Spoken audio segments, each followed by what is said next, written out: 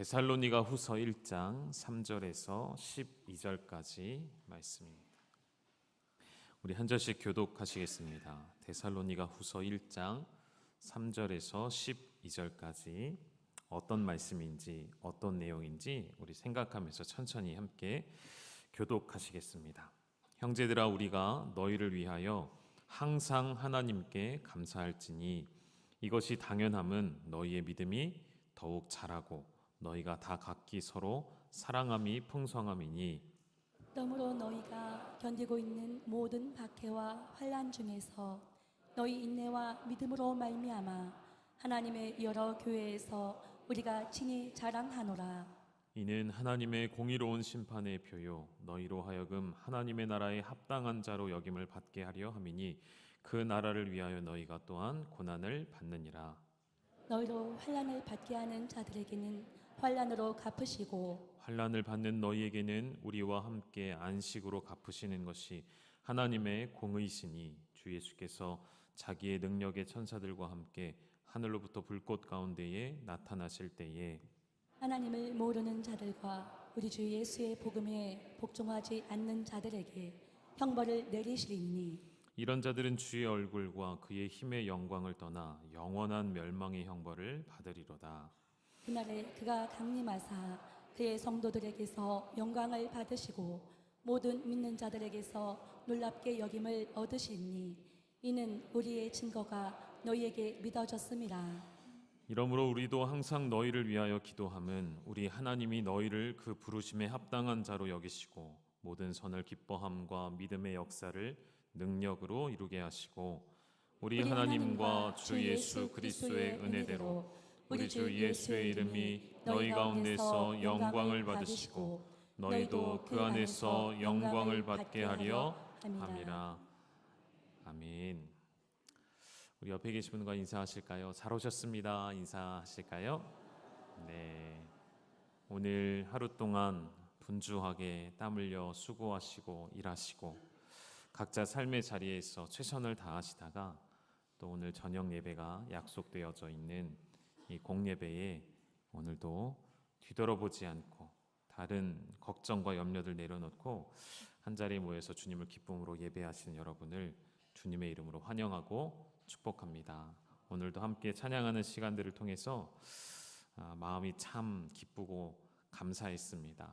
한 분 한 분 찬양 시간에 저도 뒤쪽에 앉아 있는 편이다 보니까 이렇게 여러분 예배하는 모습을 저도 보게 되잖아요. 뒤에서 보게 되고 그 예배 드리시는 모습 앞에 우리 찬양팀 또 오늘 찬양대 이렇게 함께 하나님께만 드려지는 예배를 위해서 준비하며 섬기시며 기쁨으로 예배하시는 모습을 보면서 제가 더 많이 은혜가 되는 것 같습니다. 그래서 오늘도 이렇게 함께 모여 있음 자체가 얼마나 감사한지, 세상에서는 이 시간이 하루의 일과를 정리하며 쉬고 우리가 하고 싶은 일들을 하는 시간일 텐데 우리 이 시간을 하나님께 약속된 예배의 시간으로 정하고 하나님을 만나기 위해 여러분 이렇게 달려 나오시는 모습을 보면서 우리도 서로를 보며 이렇게 기쁜데 우리 아버지 하나님, 예배를 받으신 하나님은 얼마나 기쁘실까 생각을 해보게 되어집니다. 우리를 자유케 하시는 진리의 영은 우리에게 예배를 강요하시는 분이 아니시라 우리의 자원하는 예배를 받으시는 줄로 믿습니다.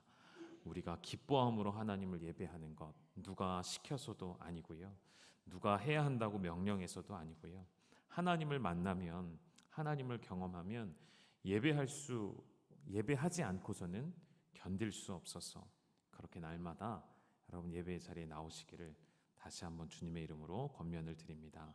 이렇게 보니까 오전 예배도 나오셨는데 저녁 예배 또 나오신 분이 계시네요. 새벽 예배 나오시고 또 오전 예배 나오시고 저녁 예배 나오시고 얼마나 기쁘실까요? 그렇죠, 여러분. 네. 한 가지 제가 양해의 말씀 좀 드리고 싶은데, 제가 열방기도도 하고 뒤에 기도도 다 해야 되는데 제가 며칠 전부터 목이 조금 아파가지고요. 오늘 설교를 할 수 있을까 생각했는데 이제 할 수 있겠더라고요. 그래서 말은 잘 나오는데 찬양이 안 되고 목이 아파가지고요. 오전에는 뒤에 순서를 우리 목사님들께 좀 부탁을 드렸습니다. 저녁 예배도 그렇게 될 경우에 여러분께 먼저 좀 양해의 말씀을 좀 구하도록 하겠습니다. 여러분, 우리가 성장하는 것, 오늘 제가 설교 제목을 너희 믿음이 더욱 자라고 라고 되어 있는 3절의 말씀에서 가져왔거든요. 3절의 말씀에 우리가 항상 하나님께 감사한다라는 표현을 하면서 이것이 당연한 것은 너희의 믿음이 자라고 있기 때문이다 라고 바울이 이야기해요. 데살로니가 교회 공동체 안에 그들의 모습을 보면서 박해가 있고 환난이 있고 어려움이 있을지라도 너희의 신앙, 너희의 믿음이 더욱 자라가는 것을 보니 나는 항상 감사할 수밖에 없도다라고 고백하고 있는 것이죠. 저도 동일한 고백을 하고 싶었습니다. 우리의 믿음이, 우리 공동체의 하나님을 향한 열정과 하나님을 알고자 하는 그 신실함과 하나님을 또한 전파하며 하나님의 진리를 있는 그대로 증거하시는 여러분의 삶을 보면서 여러분의 믿음이 자라가고 교회가 자라가는 것을 보면서 얼마나 감사한지 모르겠습니다. 저는 요즘에 늘 그런 것 같아요. 늘 감사의 고백들이 나오는 요즘의 시간들인 것 같습니다. 우리의 환경과 상황에 따라 감사하고 감사하지 못하는 것이 아니라 어떠한 상황에서도 감사할 수 있는 것, 어떠한 상황에도 순종할 수 있는 것, 그것이 얼마나 우리에게 복된 은혜인지를 깨닫게 되었습니다. 요즘에도, 평소에도 그래왔지만 요즘에도 종종 듣게 되어지는 우리 성도님들의 간증을 듣습니다. 목사님, 이러이러한 상황에 이렇게 되어서 하나님 앞에 얼마나 감사한지요. 도전하고 문을 두드리고, 오늘 오전 예배에도 예배를 마친 후에 한 집사님께서 하지 못했던 일에 대하여서 두려움이 있었는데요. 그것을 믿음으로 도전하고 그 일을 이제는 지나가게 되어지는, 통과하게 되어지는 그러한 고백이 있어서 얼마나 기쁘셨는지 장문의 내용으로 저에게 문자를 주셨어요. 그래서 저도 그 글을 보면서 너무나도 감사했던 고백들이 있고요. 최근 한 주 내내 그랬던 것 같습니다. 또 함께 훈련하며 DTS를 보면서 성도님 한 분 한 분의 마음들이 열리고 하나님 앞에 반응하고, 여러분 DTS는 그렇잖아요. 우리가 내가 마음을 여는 만큼 가져가는 시간이라고 저는 표현하고 싶거든요. 내가 마음을 여는 만큼 하나님이 부어주신 은혜를 맛보게 되는 시간, 그 시간에 한 사람 한 사람의 마음과 생각이 바뀌어지고 그 마음 가운데 하나님이 부어주신 은혜들이 있음을 보게 되어지는 요즘입니다. 너무 감사한 시간들이고요. 우리가 성장할 때에 필요한 요소들이 많이 있는데요. 특히 생명체가 자라감에 있어서 가장 필요한 것이 있다면 아마도 물일 것입니다. 물이 없는 곳에는 생명이 없죠. 물을 먹을 수 없는 곳에는, 즉 물을 찾을 수 없는 곳에는 죽음만이 가득하다라고 말할 수 있을 것입니다. 다만 그 물이 일반 물이어야겠죠. 우리가 잘 알고 있는 사해와 같은 데드시라고 부르는 죽은 바다에서는요, 그 물 안에 아무런 생명체가 없음을 우리는 알죠. 겉으로 보기에는 물이 가득하지만 생명체가 살 수 없는 물도 있는 것 같습니다. 그러나 좋은 물이 있고 깨끗한 물이 있고 알맞은 토양과 적절한 햇빛이 있으면 여러분, 식물은 어떻게 되죠? 그냥 내버려둬도 잘 자랍니다. 우리가 가꾸지 않아도요, 하나님이 그 꽃을, 그 식물을, 그 나무를 자라게 하시고 열매 맺히게 하시죠. 그런데 저는 여기에 한 가지를 더 덧붙이고 싶어요. 이 식물이 성장해 가는 것에 필요한 또 한 가지, 그것이 무엇이냐면 저는 기다림이라고 말씀드리고 싶어요. 기다리는 것, 인내하는 것, 기다리는 것이야말로 가장 중요한 성장 혹은 성숙의 요건이라고 말씀드리고 싶습니다. 여러분, 기다리지 않으면 잘 익은 열매를 먹을 수는 없겠죠. 기다리지 못하면요, 설 익은 열매를 먹을 수밖에 없습니다. 기다리지 않으면 성숙하지 않은 원리는 사람에게도 동일하다고 생각이 되어지는데, 여러분, 아이들에게 성장할 때 필요한 것들이 많이 있죠. 영양분, 비타민, 철분, 많은 것들이 필요합니다. 음식을 해서 먹이고 영양가 있는 음식들을 해서 아이들이 키가 자라고 몸이 커져가는 것을 보게 되었습니다. 뿐만 아니라 육체적인 음식만 섭취하는 것이 아니라 그 아이들의 정서에 부모님의 사랑 혹은 그 아이들이 속해 있는 공동체 안에서 인정받으며 격려받으며 세워져가는 그러한 일들이 아이들에게 필요하죠. 그리고 가장 중요한 것 또한 저는 사람에게 있어서도 기다림이라고 말씀드리고 싶어요. 이 아이가 이해할 때까지 기다려주는 것, 이 아이가 받아들일 때까지 기다려주는 것, 이 아이가 자라기까지 기다려주는 것.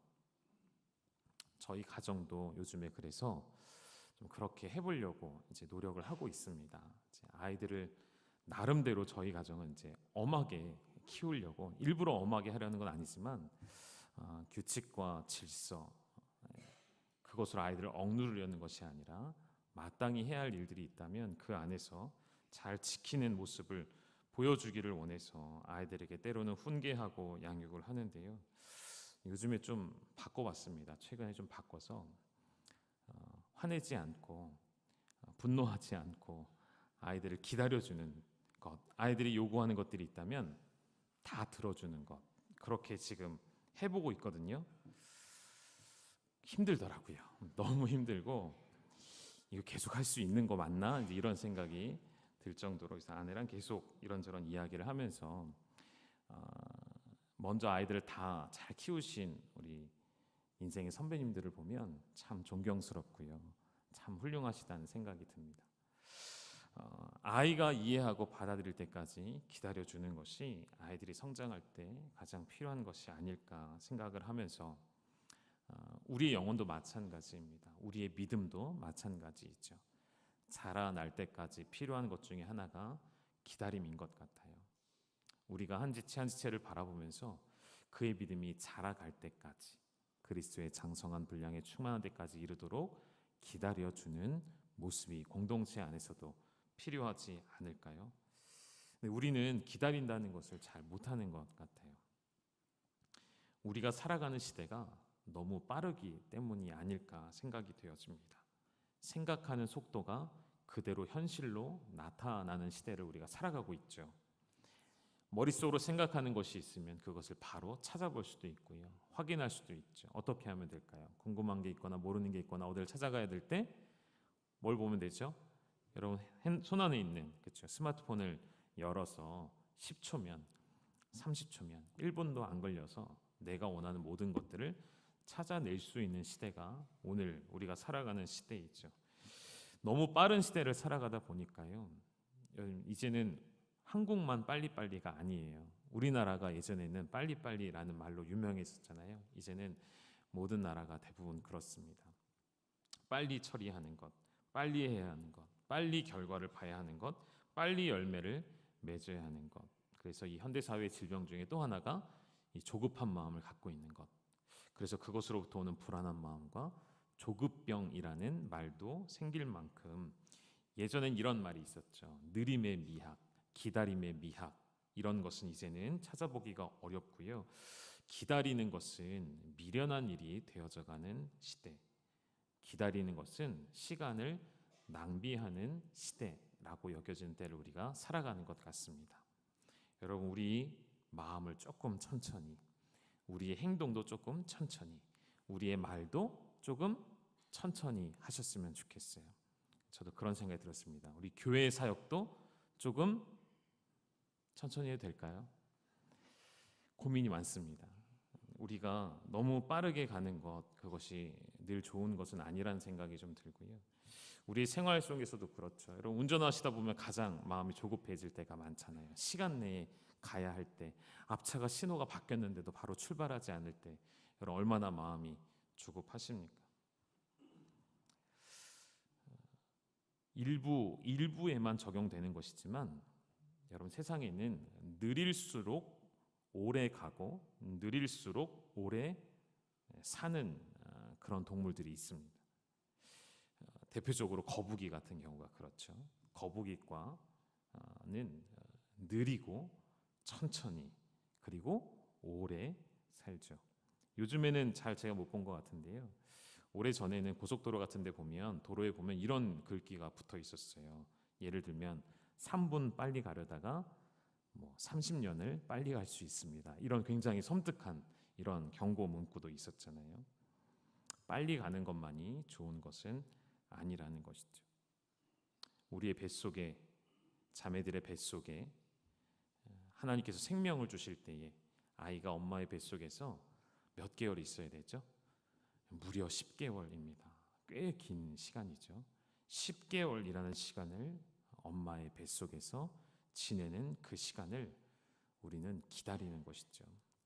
그 해산할 날이 이를 때까지 기다리는 것.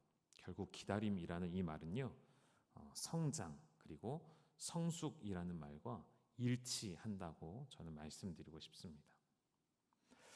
왜 이런 이야기를 하냐면요, 성경에 나오는 이스라엘 백성들은요, 그 특징이 조급했던 것 같습니다. 조급한 마음이 있었어요. 광야의 길을 지날 때에도 빨리 가기를 원했고요, 빨리 가나안 땅에 도착하기를 원했고, 실제로 여러분 가나안 땅에 빨리 도착했었어요. 그곳에서 가나안 땅을 정탐했으나 그러나 그들의 조급한 마음뿐만 아니라 조급한 판단으로 인해 결국 며칠이면 갈 길을 40년이라는 시간으로 하나님 돌리게 되시죠.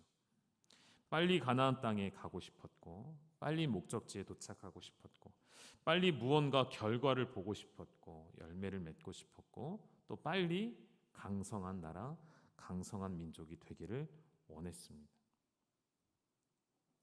그렇게 빨리 조급하게 가면 갈수록 이스라엘은요, 다치고 넘어지고 상처를 입기도 했습니다. 무슨 말이냐면, 시간이 한참 흘러서 이스라엘 백성이 조급함은 여전히 사라지지 않고 있을 때 그들의 조급함은 결국 하나님과 거짓 신을 함께 섬기는 우상 숭배로 빠지게 되어지는데, 예레미야 30장에 가보면요, 하나님께서 이런 표현을 예레미야를 통해 하게 하십니다. 본문에 화면에 있는데요, 같이 한번 읽어주실까요? 시작. 여호와께서 이와 같이 말씀하시니라. 내 상처는 고칠 수 없고 내 부상은 중하도다. 내 송사를 처리할 재판관이 없고 내 상처에는 약도 없고 처방도 없도다. 아멘. 하나님께서 이스라엘이 지금 처해 있는 상황에 대해서 뭐라고 말씀하셨죠? 상처 입은 이스라엘이라고 표현하세요. 너희가 입은 부상이 중하여서 너희의 상처에는 뭐가 없다고요? 약도 없고요, 처방할 것도 없대요. 다시 말하면 고칠 수 없다는 거예요. 두 손 들었다는 거예요. 어떻게 할 수 없다는 말이죠. 그 가운데 이스라엘이 빼놓지 않고 항상 잘못했던 그것이 상처가 되고 부상이 되고 아픔이 되었던 일 중에 하나가 하나님과 재물을 겸하여 섬기는 일이었었습니다. 하나님께서 예레미야 선지자를 통해서 유다 백성들의 죄와 그에 따르는 심판을 경고하신 이후에는 회개를 촉구하기도 하시거든요. 이스라엘이 끊임없이 그들의 눈에 물질로 가득한 세상을 꿈꾸고 물질로서 성공하는 세상을 꿈꿀 때에 하나님은 오히려 그들의 모든 것을 앗아가는 포로가 되게 만드시죠. 세상이 이스라엘에게 보여주는 것이 바로 그런 것이었습니다. 물질을 가지면 다 해결이 되어진다는 것. 여러분, 우리에게도 다른 이야기가 아니죠. 돈이야말로 우리가 원하는 것을 가장 빨리 이루어주는 도구라고 여러분 생각하지 않으십니까? 돈이야말로 나를 존경받게 만드는 것, 나에게 명예를 가져다 주는 것, 나에게 기쁨을 주고 쾌락을 가져다 주는 만능 도구라고 생각하지 않으십니까? 여러분, 그런 말 흔히 하시잖아요. 어디 좋은 데 가시면 뭐라고 하시죠? 야, 돈이 왜 아닌 척 하세요? 빨리 얘기해 보세요. 돈이 좋긴 좋구나, 이런 표현 하세요, 안 하세요? 안 하시죠. 안 하시죠. 안 하실 거라 생각이 됩니다. 돈으로 대표되어지는 탐욕이라는 우상 숭배는 이스라엘의 눈을 멀게 만들었었죠. 그 눈으로 하나님이 아닌 세상의 탐욕들을 향하여 온 에너지를 쏟기 시작할 때에 그들의 그 모습을 하나님이 상처 입은, 회복이 없는, 약이 없는, 처방도 내릴 수 없는 그러한 상태임을 하나님은 말씀해 주시는 것입니다. 여러분 요즘에 많이 들어보셨을 거예요. 요즘 아이들, 요즘 주일학교가 아니라 그 세대 아이들, 요즘 세상의 아이들에게 꿈을 물어보면 뭐라고 주로 대답하는지 아십니까? 1위가 뭔지 아세요? 건물주래요. 건물주. 요즘 우리 아이들이 세상의 눈을 일찍 떴어요. 그래서 통계조사해서요, 제일 많이 나오는 답이 건물주가 되는 겁니다. 건물주가 뭔지 아나 봐요. 주변에 건물주가 있나 보죠.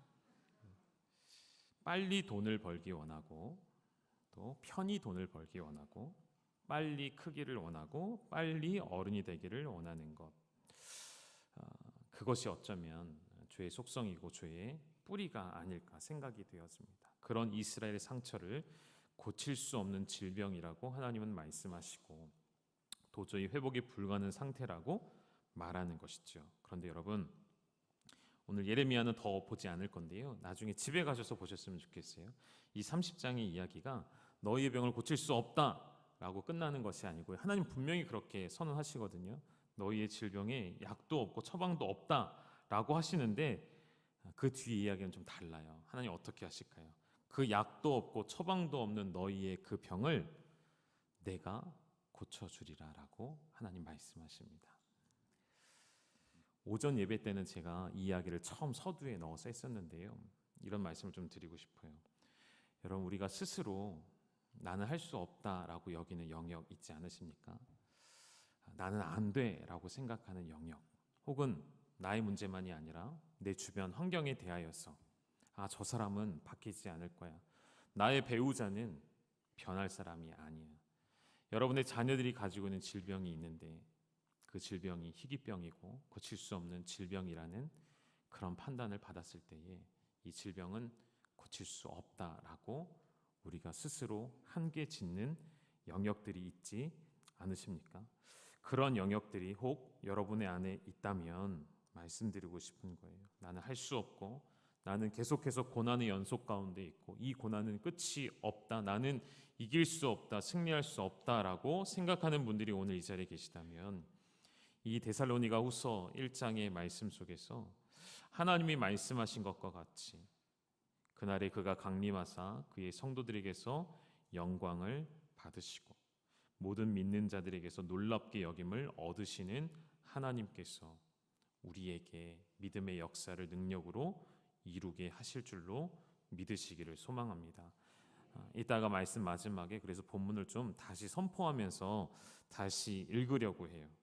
그 말씀 속에서 여러분이 우리가 한계 지었던 것들을, 묶어 놓았던 것들을 풀어내고 결박을 끊어내고 하나님 안에서 참 자유함을 누리시고, 오늘 설교의 제목처럼, 오늘 말씀에 나온 것처럼 여러분의 믿음이 자라갈 수 있기를 주님의 이름으로 축복합니다. 도저히 회복이 불가능한 죄악에 비참한 상태에 있던 이스라엘을 하나님은 바꾸십니다. 내가 고칠 것이라 라고 말씀하세요. 아무도 구원자가 될 수 없는 상황에 하나님께서 구원자가 되어주시겠다라고 말씀하신다는 것이죠. 여러분이 믿는 하나님은 어떤 분이신가요? 이사야 57장에는요 이런 표현이 나옵니다. 화면에 좀 띄워주실까요? 좀 길지만 여러분 읽어보실까요? 시작. 내가 그 얘기를 보았은즉 그를 고쳐줄 것이라. 그를 인도하며 그와 그를 슬퍼하는 자들에게 위로를 다시 얻게 하리라. 여호와가 말하노라. 먼데 있는 자에게든지 가까운 데 있는 자에게든지 평강이 있을지어다. 평강이 있을지어다. 내가 그를 고치리라 하셨느니라. 아멘. 이 말씀 죄로 인하여 슬퍼하는 자에게 주시는 약속의 말씀이에요. 하나님 뭐라고 두 번 반복해서 말씀하셨죠? 내가 그를 고쳐줄 것이라. 내가 그를 고치리라. 여러분이 믿으시는 하나님은 어떤 분이신가요? 내가 한계 지우는 선을 넘어올 수 없는 하나님이실까요? 그렇지 않습니다. 우리 하나님은 그 한계를 뛰어넘으셔서 우리를 고치시는 하나님이심을 믿으시기를 축복합니다. 한 구절 더요. 이사야 57장 16절에 이런 말씀이 있어요. 제가 읽어드리겠습니다. 내가 영원히 다투지 아니하며 내가 끊임없이 노하지 아니할 것은 내가 지은 그의 영과 혼이 내 앞에서 피곤할까 함이라. 이 무슨 말씀이죠? 하나님은 범죄한 백성에게는 징계를 하십니다. 그런데 그 오랫동안의 징계로 말미암아 하나님이 지으신 백성들의 영혼이 피곤할 것을 하나님 어떻게 하신다고요? 염려하시는 거예요. 너희가 내 앞에서 피곤할까? 내가 염려가 되는구나라고 말씀하시는 거예요.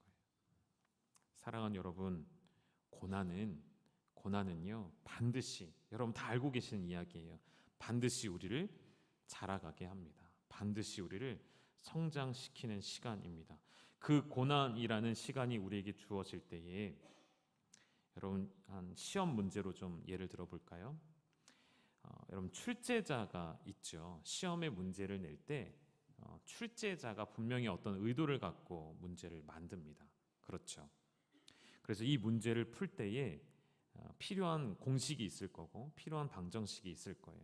그것을 가지고 와서 활용해서 그것을 어떻게 활용하면 답이 나오는지를 깨닫게 해주려는 문제라는 것이죠. 그러니까 좋은 문제라 함은 답을 잘 찾아갈 수 있게 만들어주는 문제이겠죠. 그것이 좋은 문제일 것입니다. 좋지 않은 문제도 있는 것 같아요. 답을 찾지 못하게 만들어 놓은 문제들. 그러나 여러분, 하나님이 우리에게 주시는 문제는요, 하나님 우리에게 주시는 고난은요, 저는 그렇게 확신합니다. 좋은 답을 얻게 하시려고, 그 문제 끝에 하나님이 계심을 보게 하시려고 우리에게 내주시는 문제들이라는 것이죠. 하나님은 우리의 고난의 출제자이십니다. 그 고난 안에 하나님의 의도가 명확하게 드러나게 되어지는 것이죠. 그런데 그 출제자의 의도를 뒤로하고 우리는 그 고난을 어떻게 할까요? 때로는 피해가고 싶어서 그 고난의 문제 앞에 직면하지 않기도 합니다. 그 문제가 있으나 여전히 그 문제 그대로 놔두는 때가 있죠. 해결하려 하지 않아요. 풀려 하지 않아요. 그냥 두는 거예요. 마음속 한 구석에 그대로 놔두는 것이죠. 때로는 나의 다른 생각과 인간적인 방법으로 다른 방향으로 풀려고 할 때도 있는 것 같습니다. 나의 힘을 의지하여서 나의 방법대로, 아까 서두에 말씀드린 것처럼 돈이면 다 되는 거야 라는 생각으로 내가 가진 힘과 능력과 경험으로 문제를 벗어나려 하는 것 또한 출제자의 의도를 벗어나는 것이라 말씀드리고 싶어요. 여러분, 가끔은 임기응변으로 벗어날 수 있고요, 임기응변으로 답을 얻을 수도 있습니다. 그러나 그것은 오래가지 못하죠. 그 방법은 영원할 수 없습니다. 우리 하나님이 우리 인생 가운데 펼쳐놓으신 고난이라는 문제는 반드시 우리에게, 날파리가 날라와가지고요, 죄송합니다. 잡았어요 제가 또 이거.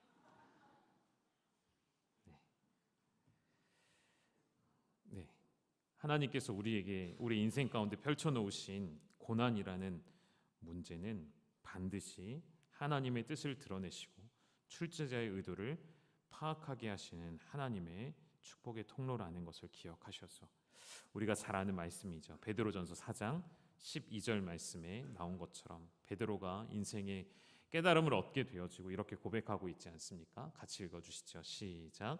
사랑하는 자들아, 너희를 연단하려고 오는 불시험을 이상한 일 당하는 것 같이 이상히 여기지 말고. 이상히 여기지 말라는 것. 이 베드로 전서를 쓸 때 베드로는요, 네로의 박해를 생각하고 불시험이 진짜 왔었죠. 이 불시험은 어떤 일이 되어질까요? 오히려 저는 그렇게 생각해요. 그 금을 불 속에 넣었을 때, 그 끓는 용광로에 넣었을 때에 정금과 순금과 찌꺼기가 분리되어지는 시험이 아니던가요? 진짜와 가짜를 걸러내는 시험이 되는 것이죠. 우리가 잘 아는 또 말씀, 욥기 23장 10절의 말씀처럼 같이 읽을까요? 시작. 그러나 내가 가는 길을 그가 아시나니 그가 나를 단련하신 후에는 내가 순금같이 되어 나오리라. 아멘. 나를 단련하시는 시간, 고난이라는 문제의 시간, 그 시간은 반드시 우리가 우리의 믿음이 자라나는 시간인 줄 믿으시길 축복합니다. 여러분의 인생을 돌아보시죠. 고난의 시간들이 없던 사람이 어디 있습니까? 각자가 겪는 그 고난의 시간들을 겪고 오면서 오늘의 내가 있는 것이 아닌가요? 오늘의 나의 자라난 믿음이 있는 것이 아닌가요? 고난의 시간은 여전히 계속되어질 때에 여러분, 그 고난 앞에 우리는 왜라는 질문보다 하나님이 내주신 그 문제 앞에 왜 이 문제를 주셨습니까? 라는 대답이 아니라요, 우리는 무엇을 물어야 할까요? 하나님, 이 문제를 통해서, 이 문제를 통하여 내가 이 문제를 어떻게 풀기를 원하시며 이 문제에 담겨진 하나님의 의도는 무엇인지 깨닫게 해주십시오 라는 믿음의 고백으로 나아가셔야겠죠. 여러분, 그런 믿음으로 걸어가시기를 주님의 이름으로 축복합니다. 베드로전서 4장 13절, 그렇게 나아가는 사람들에게 이러한 기쁨이 있죠. 같이 있습니다. 시작. 오히려 너희가 그리스도의 고난에 참여하는 것으로 즐거워하라. 이는 그의 영광을 나타내실 때에 너희로 즐거워하고 기뻐하게 하려 함이라. 아멘. 여러분, 현재는 아직도 고난입니다. 지금은 아직도 고난이에요. 그런데 어떤 때가 온대요. 어떤 때냐면 그의 영광을 나타나실 때, 하나님의 영광이 나타나실 때가 있습니다. 여러분, 그때는 반드시 올 것입니다. 여러분, 그때를 기다리시는 거예요. 어떤 마음으로요? 즐거워함으로, 기뻐함으로. 그날에 주님 곁에 머물며 하나님의 영광을 보게 될 그날을 기뻐함으로, 즐거워함으로. 그럼 이렇게 결론 내릴 수 있지 않을까요? 하나님이 사랑하는 백성들에게 고난을 허락하시는 이유는 결국 우리에게 복을 주시기 위한 것이죠. 우리를 사랑하셔서 가장 좋은 것을 주시기 위한 하나님의 방법 중에 하나인 것이죠. 그런 고난의 결과를 분명히 우리가 인식하게 되어질 때에 그 고난 앞에서 우리는 하나님의 기쁘신 뜻을 알게 되어지고 낙심치 않게 되어지고 기뻐하며 즐거워하게 되는 것이죠. 물론 그 문제를 푸는 시간이 사람마다, 인생마다 다 다른 것 같아요. 어떤 사람들은 이 문제 앞에 수년이 걸리기도 하는 것 같고요. 어떤 이들은 평생을 걸리는 것 같기도 합니다. 지금 교회에 또 장례가 있어서 어제 오늘 이렇게 교회에서 예배를 교육자들 가서 섬겨드렸는데요. 우리 최봉열 권사님 남편 되시는 강성수 어르신께서 하나님의 부르심을 받았는데 무려 17년입니다. 17년 동안 누워 계셨어요. 17년을 누워 계시는 동안 권사님께서 손과 발이 되어주셔서 그 작은 체구의 권사님이 그 남편의 모든 수발을 다 하셨어요. 오래전부터 함께 이제 병원에 가서 신방 예배도 드리고 할 때마다 권사님의 몸이 많이 쇠약해지는 것을 계속 봐왔었습니다. 그런 생각이 들었습니다. 권사님에게는 하나님께서 이 숙제, 이 문제, 이 고난의 시간들, 남편이 쓰러져서 움직일 수 없는 상황에서 모든 수발을 17년 동안 옆에 붙어서 해주셨을 때, 여러분, 그 어르신을 보신 분들은 아실 거예요. 누가 그분을 보고, 그 어르신을 보고, 그 남편 성도님을 보고 17년 동안 못 움직이는 사람이라 생각할까요? 아니에요. 우리보다 더 건강해 보이세요. 누워 계시지만 몸에 욕창 하나 없으시고요. 얼굴은 정말 뽀얗시고요. 깨끗하시고요. 그렇게 정성스럽게 하나님 주신 사명으로 알고 남편을 섬겨오셨던 권사님 보면서 정말 존경하는 마음이 들더라고요. 그리고 하나님은 이 모든 과정을 무려 17년 동안, 저는 그렇게 생각해요. 감히 그렇게 말씀드려보고 싶어요. 17년에 걸쳐서 풀게 하신 것 같아요. 이제는 그 문제에서 이제는 하나님께서 그 문제를 풀게 하셨고 그 영혼을 받으셨고, 코로나가 한창일 때 그런 내용이 있었습니다. 한 통계 결과가 있었는데요. 이런 이야기가 있었어요. 10명 중에 6명, 우리나라 국민 10명 중에 6명이 이 신종 코로나 바이러스, 코로나19라고 불렸던 이 바이러스가 몸에 들어왔을 때 이미 이 바이러스를 이길 수 있는 유전자가 사람 몸 안에 있는 것을 발견하게 됐대요. 그러니까 이제 서울대병원하고 서울대 이제 공동 연구팀이 만들어져서 이렇게 연구한 결과가 오래전에 나왔던 건데요. 코로나에 감염되지 않은 사람 10명 중에 6명은 이 코로나 바이러스를 퇴치할 수 있는 우리 몸 안에 중화시키는 중화 항체를 생성하는 면역 체계가 이미 갖춰져 있다는 거예요. 거기서 멈추는 것이 아니라 확진 판정을 받은 사람, 이미 코로나에 걸린 사람들도 16명 중에 13명이 몸속에 중화 항체를 가지고 있어서 빨리 이것이 내 몸에서 면역세포가 반응하게 되어졌던 것을 연구 결과로 나왔던 것이죠. 쉽게 말하면요, 이런 결론입니다. 우리 몸에는요, 코로나라는 바이러스가 침투했을 때, 외부로부터 어떤 바이러스가 우리 몸속에 들어왔을 때 그것과 싸울 준비가 되어 있고 또 싸워서 이길 수 있는 유전자가 이미 준비되어 있다는 것이죠. 이것을 그대로 우리 신앙의 원리에 좀 가져왔으면 좋겠습니다. 사랑하는 여러분, 성도에게는 고난을 이기는 믿음의 유전자가 이미 여러분 안에 있음을 믿으시기를 축복합니다. 고난이 왔을 때 이미 그것을 풀 준비가 되어 있고 달려들 준비가 되어 있고 그 안에서 하나님의 뜻을 발견할 수 있는 영적인 DNA가 우리 안에 이미 주어졌다는 것이죠. 그것이 어디로부터 왔을까요? 우리는 하나님의 형상으로 지음받은 존재이죠. 요한복음 16장 33절에 예수님께서 제자들에게 이렇게 말씀하십니다. 같이 읽어보시죠. 시작. 이것을 너희에게 이르는 것은 너희로 내 안에서 평안을 누리게 하려 함이라. 세상에서는 너희가 환난을 당하나 담대하라. 내가 세상을 이기었노라. 아멘, 아멘. 어떻게 이긴다고요? 우리가 이기는 것이 아니라 이미 예수 그리스도의 2000년 전에 십자가에 이기신 그 피 흘리심이 우리 안에서 일어나는 놀라운 역사가 되어지는 것이죠. 고난은 힘들지만 그러면 악한 것이 아닙니다. 고난은 악한 도구가 아니에요. 물론 힘들 수 있습니다. 어려울 수 있습니다. 눈물이 나기도 하고요. 정말 어려운 시간들이 있기도 합니다. 그러나 반드시 고난은 하나님의 영광의 첫 걸음이 되어지는 계단이라는 사실을 기억하셨으면 좋겠습니다.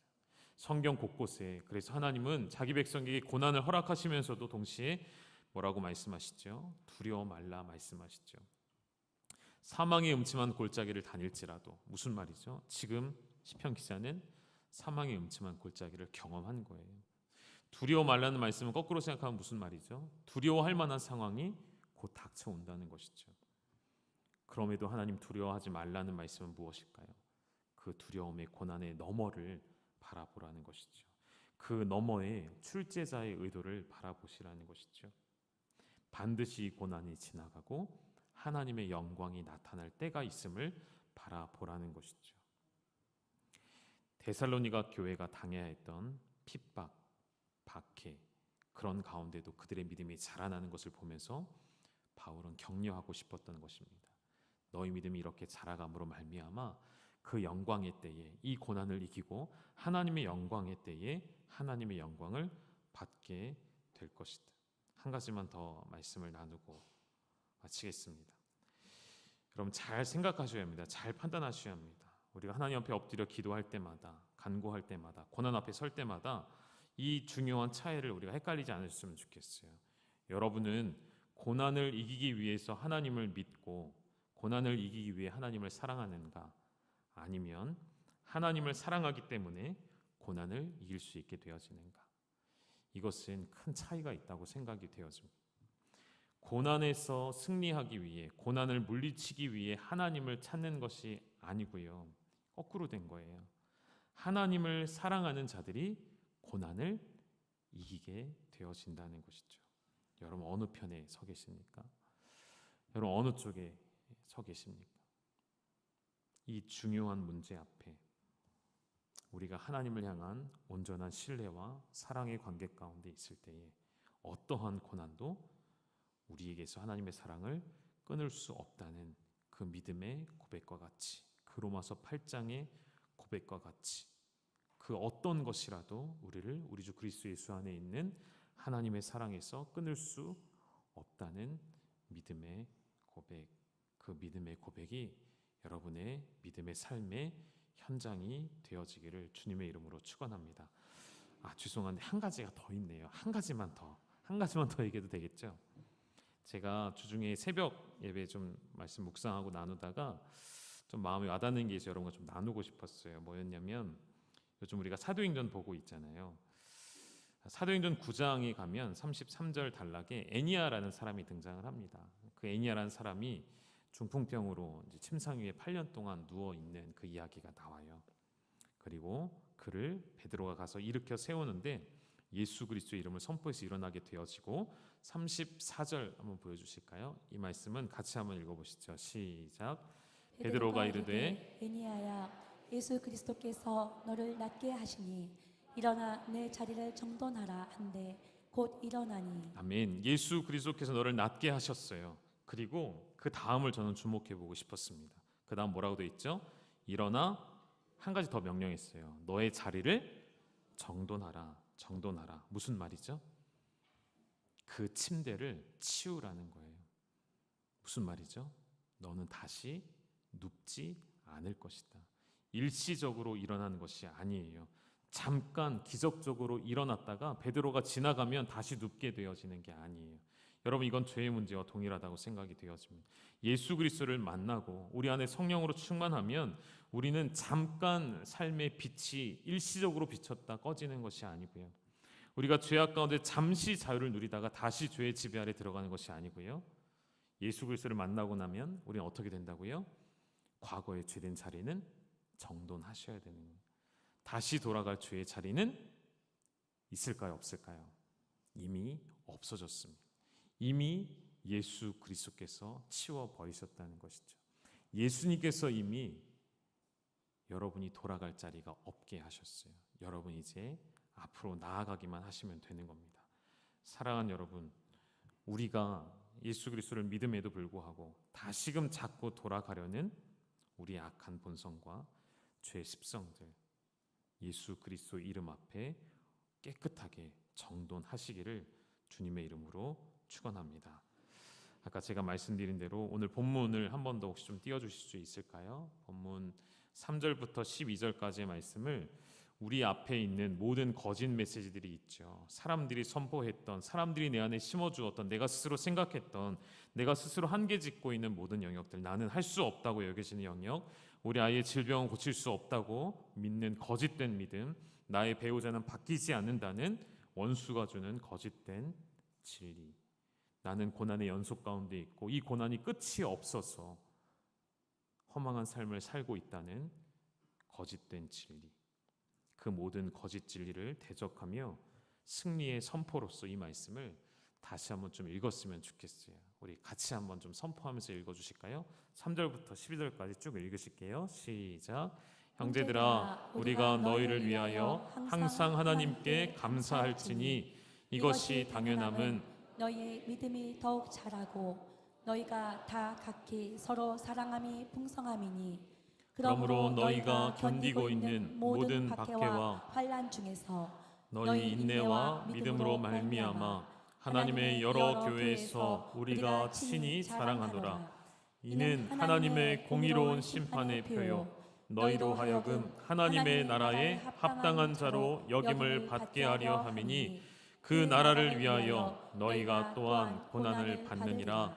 너희로 환난을 받게 하는 자들에게는 환난으로 갚으시고 환난을 받는 너희에게는 우리와 함께 안식으로 갚으시는 것이 하나님의 공의시니 주 예수께서 자기의 능력의 천사들과 함께 하늘로부터 불꽃 가운데에 나타나실 때에 하나님을 모르는 자들과 우리 주 예수의 복음에 복종하지 않는 자들에게 형벌을 내리시리니 이런 자들은 주의 얼굴과 그의 힘의 영광을 떠나 영원한 멸망의 형벌을 받으리로다. 그날에 강림하사 그의 성도들에게서 영광을 받으시고 모든 믿는 자들에게서 놀랍게 여김을 얻으시리니 이는 우리의 증거가 너희에게 믿어졌습니다. 이러므로 우리도 항상 너희를 위하여 기도함은 우리 하나님이 너희를 그 부르심에 합당한 자로 여기시고 모든 선을 기뻐함과 믿음의 역사를 능력으로 이루게 하시고 우리 하나님과 주 예수 그리스도의 은혜대로 우리 주 예수의 이름이 너희 가운데에서 영광을 받으시고 너희도 그 안에서 영광을 받게 하려 함이라. 아멘.